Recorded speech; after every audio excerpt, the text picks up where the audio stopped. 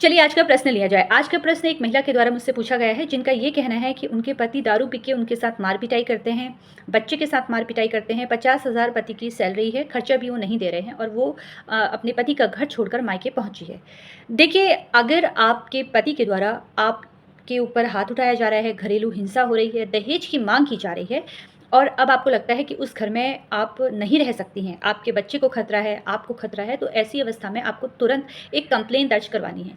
लेकिन आपको ऐसा लगता है कि आप उस घर में रहकर अपने पति से अगर बातचीत करती हैं, समझाने की कोशिश करती हैं, किसी भी तरीके से, तो हो सकता है ये समझाने में आपको काफ़ी समय लग जाए। हो सकता है साल भर लग जाए, हो सकता है 6 महीने लग जाए।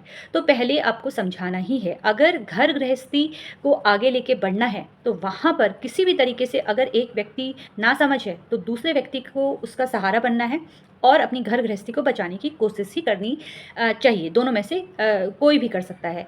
लेकिन अगर मारपीट आपके साथ हो रही है, गाली-गलौच हो रही है और अब आपको लगता है कि वो व्यक्ति नहीं सुधर सकता है, आपने बहुत समझौता उनके साथ कर लिया है, तो ऐसी अवस्था में आपको कंप्लेंट दर्ज करवानी है।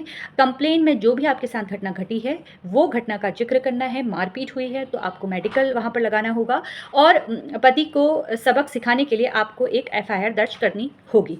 लेकिन अगर आप किसी भी प्रकार से अन्य आरोप उनके ऊपर लगाती हैं और वो आरोप झूठे हैं, तो ऐसी अवस्था में आप स्वयं अपने घर गृहस्थी के जो दरवाजे हैं हमेशा के लिए बंद कर देंगे। क्यों? इसलिए मैं आपसे ये बात कर रही हूँ क्योंकि अगर आप झूठे आरोप लगाएँगी तो कहीं न कहीं आपके पति को भी ये लगेगा कि मेरे द्वारा जब ये गलती नहीं की गई है, उसके बावजूद मेरी पत्नी ने मेरे ऊपर आरोप लगा दिया या ससुराल वाले अगर आपके साथ हैं, लेकिन आपने फिर भी उनके ऊपर झूठे आरोप लगा दिए। तो यहाँ पर आप अपनी घर गृहस्थी तो खराब होगी ही, साथ में वापसी का दरवाज़ा भी हमेशा के लिए बंद हो सकता है। अब अगर मारपीट हो रही है, घटना इस कदर बढ़ गई है कि आपका वहाँ पे रहना मुश्किल है, तो आप कंप्लेंट दर्ज करवाइए, मामला दर्ज करवाइए और कानून का सहारा लीजिए। क्योंकि ऐसे व्यक्ति को तुरंत सज़ा मिलनी ही चाहिए जहाँ पर कोई व्यक्ति अपनी पत्नी के साथ मारपीट करता है।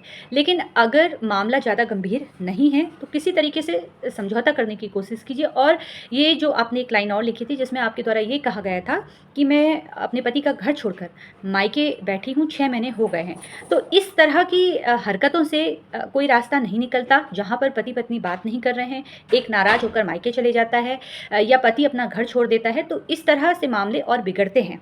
आप जाइए, बात कीजिए और अपना घर किसी भी सूरत में आपको नहीं छोड़ना है। आपको अपने बच्चे पे ध्यान देना है और साथ में एक बार हो सकता है तो समझौता करने की कोशिश कीजिए। इसके बावजूद भी पति नहीं समझ रहा है, आपके साथ मारपीट लगातार जारी है, तो आपको कानून का सहारा लेना है। आप जहाँ रहती हैं, वहाँ का जो महिला आयोग है, आप वहाँ से भी संपर्क कर सकती हैं और महिला थाना आप अपने नज़दीक के पुलिस स्टेशन जाइए और मामला वहाँ पर दर्ज करवाइए। जिस तरह से आपके पति आपके ऊपर अपराध कारित कर रहे हैं, उस तरह से सेक्शन लगेंगे, फिर वो मामला न्यायालय में आएगा। हो सकता है कि एक बार आपके पति पुलिस स्टेशन जाए, आपसे वो नहीं समझ रहे हैं, तो हो सकता है थाने में जाकर उनको कुछ समझ में आ जाए। फिलहाल कानूनी जानकारी प्राप्त करने के लिए इसी तरीके से आप लोग मुझसे जुड़ते रहिए। धन्यवाद।